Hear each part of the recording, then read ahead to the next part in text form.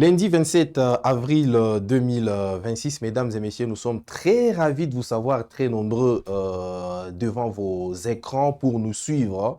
Nous, Web Info Télévision, nous qui vous donnons, n'est-ce pas, accès à plusieurs informations de tout genre, en tout cas, des informations politiques, sportives, économiques, liées à l'éducation, à plusieurs domaines en tout cas. Et donc, nous sommes une nouvelle fois de plus ravis de débuter cette semaine en votre compagnie.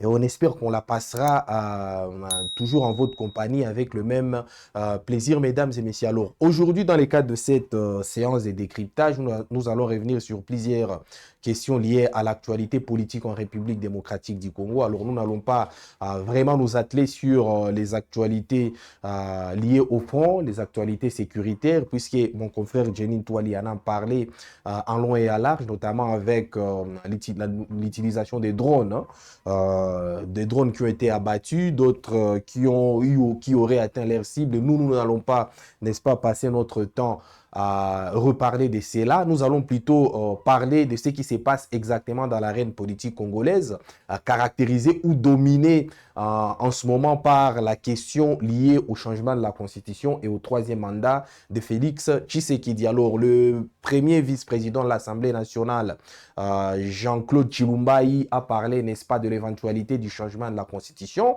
et donc d'un troisième mandat à Félix Tshisekedi la semaine dernière. Et aujourd'hui, ça continue de susciter la réaction de plusieurs opposants. Et c'est lui dont on va essayer un peu de relayer les propos par rapport à ça. C'est Martin Fayoulou qui s'oppose farouchement au régime de Félix Tshisekedi depuis Kinshasa.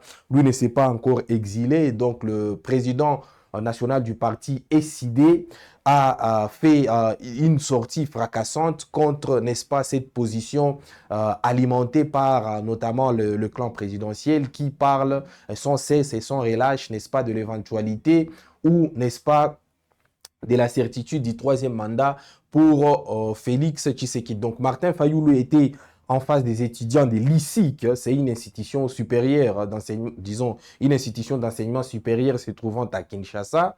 Dans le cadre d'une tournée universitaire, Martin Fayoulou s'est lancé dans une tournée universitaire et il a répondu à Félix Tshisekedi et à tous les turiféraires du changement de la Constitution ou du troisième mandat en avertissant ces derniers que si ils persistaient dans cette manœuvre-là, ils trouveront Martin Fayoulou devant leur chemin. Et donc, c'est ce qu'a dit Martin Fayoulou qui a par ailleurs, n'est-ce pas, motivé, n'est-ce pas, sa réponse par le fait que la RDC a d'autres priorités que les changements de la Constitution et le passage en force pour un troisième mandat de Félix Tshisekedi. Avec la complicité de Faustin Mouyoua, on va suivre Martin Fayoulou dans cet élément pour savoir exactement sa réponse par rapport au projet de changement de la Constitution et au projet du troisième mandat de Félix Tshisekedi. Ose s'embarquer dans cette voie, il me verra devant lui. Ok? Je l'avais dit à Kabila, nous l'avons fait en 2015, vous vous rappelez, et aujourd'hui, il n'y a pas de changement de constitution ici parce que tout ce qu'il fait, Chilumba, il a dit, pour avoir le troisième mandat. Mais nous avons dit à Kabila non. J'étais avec lui, Félix Tshisekedi. Non au troisième mandat, c'était la ligne rouge. Ici, la ligne rouge, c'est le changement de la Constitution. On pouvait aller plus loin en me disant, mais M. Fayoulou, vous exagérez aussi, parce que cette même Constitution parle de sa révision, de la révision. La Constitution parle de sa révision. Et comment il fixe? Mais aujourd'hui, on va réviser quoi? Qui fait que nous sommes vraiment obligés de réviser. Quoi? Et vous savez que quand vous êtes dirigeant, vous faites des améliorations, des changements ou en tout cas des révisions des textes. Ça ne doit pas vous profiter. OK? L'exemple frappant, le président Barack Obama, président des États-Unis, a augmenté les émoluments, les indemnités du président américain. Mais ça ne les concernait pas. C'est pour ceux qui devaient venir après. C'est comme ça partout.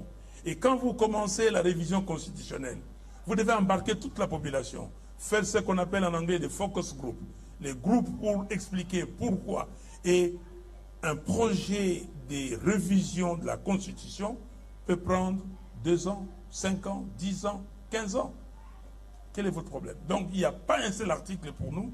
Si vous en avez, si vous n'en avez pas maintenant, allez lire cette constitution de 229, ça, article, et vous allez voir. S'il y a un article, venez me voir. On ne dit pas que la constitution, demain, pourra être révisée. Ça, non, on ne dit pas ça. Mais aujourd'hui, la révision n'est pas opportune et aucune révision pourra arranger les choses de ces pays, si ce n'est demander à M. Félix, c'est comme ça qu'ils disent, non, nous devons changer. Deuxième question, accord de paix entre le Rwanda et la... Si Félix Tshisekedi ose un troisième mandat ou changer la constitution, il me verra devant lui, a donc averti Martin Fayoulou qui n'est pas du tout d'accord avec les changements de la constitution.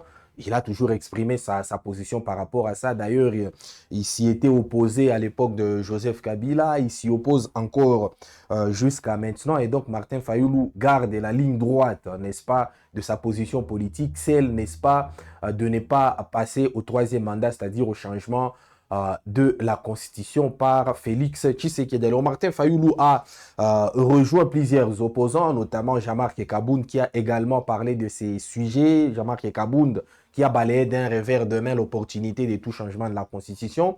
D'ailleurs, il a dit que de la même manière que tous les anciens prédécesseurs à Félix Tshisekedi sont tombés face à la pression populaire, de cette même manière, Félix Tshisekedi pourrait tomber, si il s'obstinait à aller au bout de son projet, c'est-à-dire les projets liés au changement de la Constitution. Alors, Martin Fayoulou a poursuivi, toujours devant les étudiants lycéens, les étudiants et les personnels aussi bien scientifiques qu'académiques de l'ICIC. Martin Fayoulou a rappelé, n'est-ce pas, les différents cycles électoraux de la République démocratique du Congo caractérisés par plusieurs irrégularités, et donc il a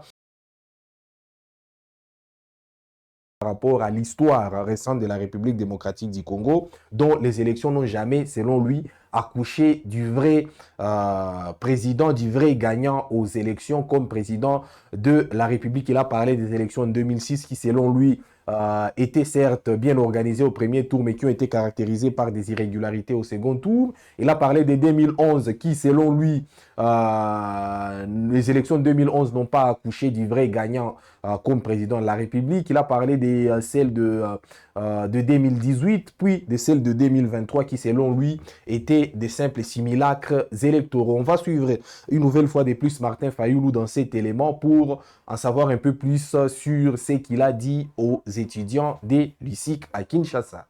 Une paix durable et ouvrir la voie au développement de notre pays. Je ne suis pas venu faire un discours, je suis venu partager avec vous cette réflexion. Donc, j'aimerais que nous tous, nous puissions comprendre pourquoi c'est là. Est-ce que les amis, étudiants, élèves, vous êtes ici, les professeurs, les corps enseignants et les autres invités, est-ce qu'il y a une autre solution en dehors du dialogue national inclusif? Est-ce que nous pouvons le faire? Nous, dans notre parti SID et dans notre regroupement politique Lamouka, nous avons essayé de faire les tours de toutes les solutions possibles. Nous avons dit qu'un pays normal, quand il est attaqué, ce pays a l'armée, ce pays a la police, ce pays a les services de renseignement pour se défendre. Aujourd'hui, nous n'avons pas ça au Congo. L'armée est défaillante, les services de renseignement sont infiltrés et nous n'avons rien. Même la sécurité des citoyens ici et la protection ne sont pas assurées. Qu'est-ce qu'il faut? Et nous disons que la situation qui a prévalu dans notre pays, et cette situation a causé davantage les dérapages du pays.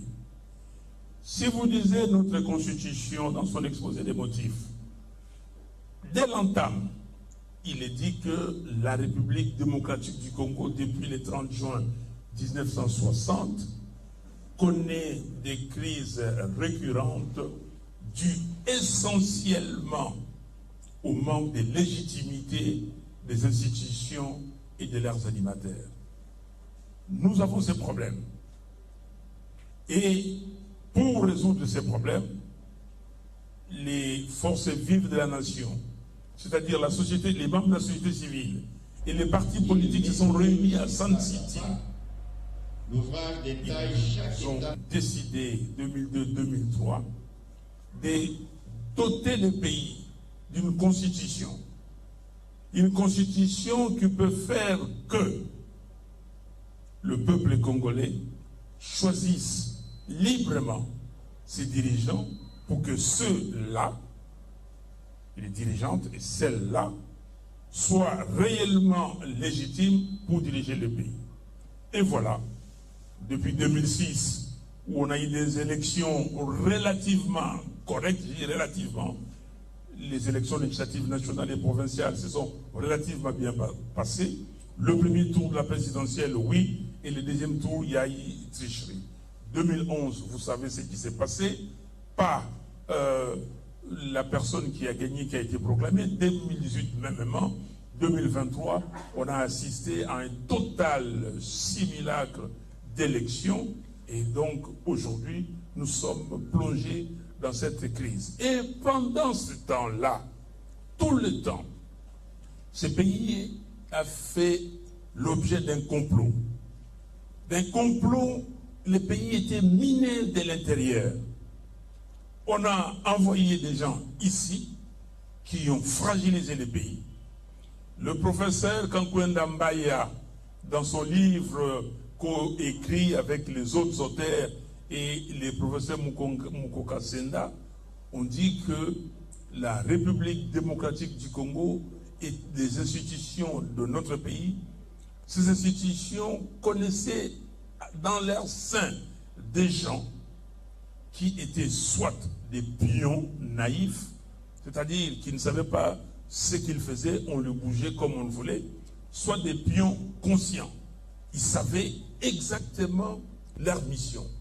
La mission, c'était de fragiliser le pays, de miner le pays comme un château de cartes. Dès qu'on bouge comme ça, ça tombe. Et c'est ce qu'on connaît aujourd'hui. Paix à son âme, si le professeur Mbaya était là, il pouvait le constater aujourd'hui. Le livre a été écrit en 2013. Donc, nous sommes là, pays fragilisé, institution quasi inexistante. On l'appelle dans les langages politiques, c'est un pays failli. Fail state en anglais. Qu'est-ce que nous faisons? Je disais, si les institutions marchaient, si l'armée marchait, nous devrions alerter l'armée, mettre l'armée en branle pour combattre et repousser l'ennemi. Nous n'avons pas d'armée. Des pans entiers des territoires congolais sont occupés par les Rwandais. Je le dis clairement. Je ne parle pas des M23, de l'AFC, parce que ces gens-là sont des supplétifs de l'armée rwandaise ou simplement du Rwanda. Qu'est-ce que nous faisons? Nous nous pavanons, nous sommes bien ici à Kinshasa. Quand je dis bien, entre guillemets bien, parce que nous-mêmes nous souffrons, on n'a pas à manger, les trafics, les transports est difficile, donc la situation est difficile. Qu'est-ce que nous faisons? Il n'y a pas d'armée. Et quand il n'y a pas d'armée, qu'est-ce que vous faites? La seule solution pour nous, c'est que toutes les filles, tous les fils du Congo conjuguent leurs efforts, qu'il y ait une sorte de symbiose, parce que c'est spirituel, et que nous transférons cette énergie de cohésion nationale, qu'on pense de la même façon. Et quand on bouge un citoyen congolais, tous les citoyens congolais se mettent en branle pour dire il n'est plus question qu'on nous divise. Il n'est plus question que quelqu'un vienne chez nous et fasse n'importe quoi. C'est ça que nous appelons le dialogue national inclusif. Pourquoi? C'est pour que nous nous retrouvions et nous fassions les bilans, une sorte de rétrospective, une sorte de catharsis, savoir quelles sont les causes profondes de la crise congolaise. Ou j'aime pas dire la crise congolaise parce que la crise a été imposée, la crise dans notre pays. Quelles sont les causes profondes? Les causes structurelles, les causes internes. J'ai parlé de l'illégitimité des institutions et de leurs dirigeants, c'est une cause interne. Je parlais tout à l'heure du tribalisme, c'est une cause interne. J'ai parlé de l'État failli, l'État, les institutions qui n'existaient pas, c'est une cause interne. Et il y a d'autres causes. La mauvaise gouvernance. Donc, le fait que les gens trouvent normal qu'ils doivent voler l'argent de l'État, qu'ils doivent s'enrichir sans cause, c'est une cause interne. Mais quelles sont les causes externes? C'est-à-dire, pourquoi les Rwandais pensent qu'ils doivent venir prendre des pans entiers de notre pays? Pourquoi M. Kagame s'est dit que non, il y a des territoires du Rwanda qui se trouvent au Congo? Est-ce qu'il a relu l'histoire du monde? Il a relu l'histoire de l'Afrique? Pourquoi?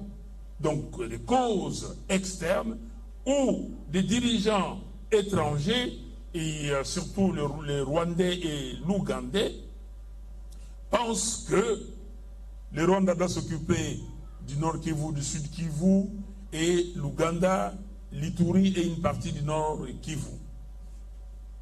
Les causes externes. On peut aller plus loin. Quelles sont les causes lointaines et les causes immédiates, récentes?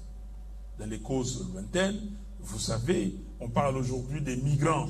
Il y a eu des migrants qui sont venus ici. Est-ce qu'on peut regarder ça? Donc, c'est un exercice où nous nous mettons ensemble, on se convient. Tartampion ou Kingandi a dit, voici d'après moi ces causes. Kingandi a dit, voici ça me Songolo vient, Pakala, Fulani, et on met ces causes ensemble. On a la même compréhension en tant que pays, en tant que citoyen de ces pays, et on se dit, voilà, maintenant, qu'est-ce que nous devons faire parce que... Voilà donc Martin Fayulu qui a passé absolument au peigne fin quasiment toute l'actualité en République démocratique du Congo. Il a parlé de la nécessité qu'il y ait un dialogue inclusif pour pouvoir aboutir à une solution, n'est-ce pas, une solution pacifique, une solution responsable à la crise qui traverse la République démocratique du Congo.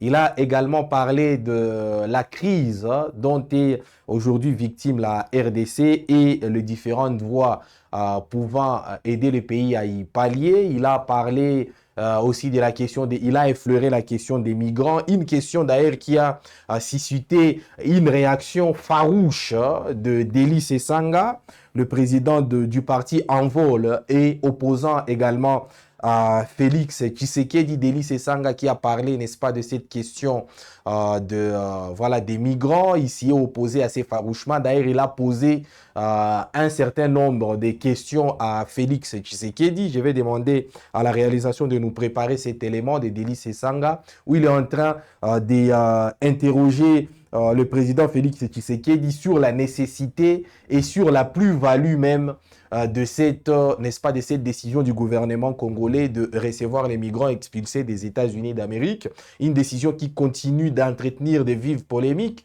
Une décision d'ailleurs qui n'a pas encore été suffisamment motivée par le gouvernement congolais à travers ses canaux officiels. Je vais vous laisser suivre Delis Esanga par rapport à cette question des migrants qui sont à Kinshasa, dont le premier lot est déjà arrivé à Kinshasa, et d'autres qui sont en passe, n'est-ce pas, d'atterrir dans la capitale de la République démocratique du Congo. Suivons Delis Esanga, puis on revient après.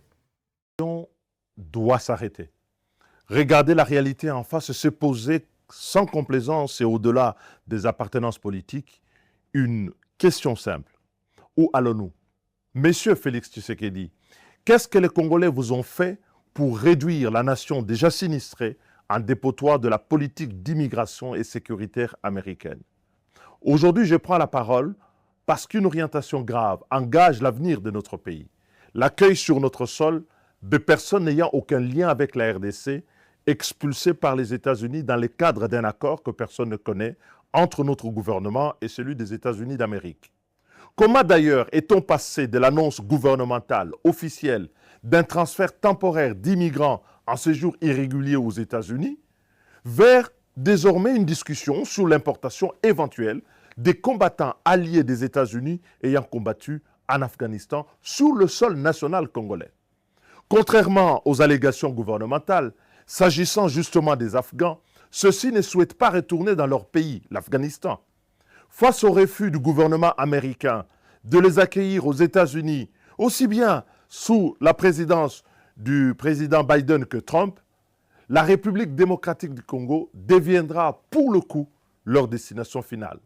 Monsieur le Président de la République, d'où tirez-vous l'assurance avec votre Premier ministre ainsi que votre gouvernement que les hommes que les États-Unis, avec la toute-puissance de leurs agences, le FBI, la CIA et leur armée, les Marines, le GIs et leurs multiples forces spéciales, refusent d'accueillir sur le sol américain pour des raisons de menace à leur sécurité nationale, la RDC, avec son administration exsangue, les FRDC, la PNC, l'ANR, la DGM, le Conseil national des cybercriminalités, parviendront par magie à gérer comme risque et menace sur le sol national congolais. Regardons notre réalité en face et avec lucidité. Madame la Première ministre, la solidarité ne se décrète pas sur un plateau de télévision au détriment de la souveraineté et de l'indépendance nationale. À l'Est, la guerre continue de tuer. Notre armée, les FRDC sont en peine. Des millions de Congolais sont déplacés, privés de protection, privés de dignité. Dans plusieurs provinces, l'insécurité progresse dans l'indifférence de la justice et de la police et dans la complaisance de notre Parlement. Les Koulouna ont pris le contrôle des quartiers entiers, sèment la terreur et la désolation. Enlèvements, vols, viols sont légion. Les Mobondo et les Mbororo se sont depuis installés. Des groupes terroristes étrangers comme l'ADF écument des régions entières dans l'est de notre pays, du Nord Kivu à la province orientale, sans oublier l'Ituri. Qu'avez-vous aliéné à ce point aux États-Unis, M. Tshisekedi, pour que tout cela ne suffise pas à vous dissuader d'ajouter à la misère déjà indescriptible de notre peuple de nouvelles causes d'insécurité en important des problèmes d'immigration et de sécurité que les États-Unis ne parviennent pas à gérer et que, manifestement et de toute évidence, vous ne parviendrez pas non plus à gérer, seulement à pouvoir peut-être le léguer demain aux générations futures. Je veux être clair avec vous. Le Congo n'est pas à vendre, ni une poubelle à louer au monde. Arrêtez cette politique, M. Tshisekedi. Revenez au sens de votre serment en ne vous laissant guider pour une fois que par l'intérêt général et mettre toutes vos forces pour maintenir l'indépendance de notre pays. Et pour ce faire, je lance un appel au peuple congolais. Venez au secours de la nation en danger. Et aujourd'hui, elle est menacée parce que les décisions de notre gouvernement l'exposent à des plus grands périls pour demain. Voilà donc Delis Esanga qui condamne avec la plus grande fermeté la décision qu'il juge irresponsable du gouvernement congolais de recevoir les migrants expulsés des États-Unis d'Amérique. Pour le président du parti Envol, un parti qui s'est allié à Ensemble pour la République lors des élections de 2023, il n'y a ni nécessité, encore moins urgence pour le gouvernement congolais de prendre une telle décision, une décision d'ailleurs qui met en péril la République démocratique du Congo et qui en fait un dépotoir des États-Unis d'Amérique à travers une mise sous tutelle migratoire. Alors on va finir cette session de décryptage par ces communiqués de l'UDPS, le parti au pouvoir, l'UDPS qui se désengage d'avec tous les gens qui partent, n'est-ce pas, parler en son nom sur différents médias, sur différents plateaux. Ces gens qui enchaînent de bourdes, ces gens qui enchaînent, n'est-ce pas, des dérapages. Et donc, les présidents par intérim du parti présidentiel, Augustin Kabouya Chilumba, a essayé, n'est-ce pas, de remettre les choses en place. Alors, il y a un communiqué qu'il a publié, qu'il a fait publier depuis qu'il a signé d'ailleurs le 25 avril 2026 suite au cas des dérapages observés sur plusieurs plateaux par des gens qui s'assimilent à l'UDPS. Alors qu'est-ce qu'il a dit? La présidence de l'Union pour la démocratie et le progrès social UDPS Tshisekedi en abrégé, souhaite apporter une précision majeure à la suite des propos, déclarations et prises de position diffusées ces derniers jours dans différents espaces médiatiques. Il a été observé que certains intervenants invités dans vos émissions, là ils s'adressent aux médias, dans vos émissions, débats ou tribunes, tiennent des discours comportant des propos inappropriés ou des positions personnelles, parfois en s'attribuant indûment la représentation de l'UDPS Tshisekedi. À cet égard, nous rappelons avec la plus grande fermeté que ces déclarations n'engagent en aucun cas le parti ni notre haute autorité politique de référence. L'UDPS Tshisekedi décline toute responsabilité quant aux dérapages verbaux constatés, qu'ils soient passés ou futurs. Ces propos sont exclusivement imputables à leurs auteurs respectifs, c'est-à-dire aux invités que vous recevez et auxquels vous offrez une tribune. En conséquence, nous exhortons les organes de presse à faire preuve d'une vigilance accrue ainsi que d'une rigueur exemplaire quant à l'identification des personnes s'exprimant au nom du parti.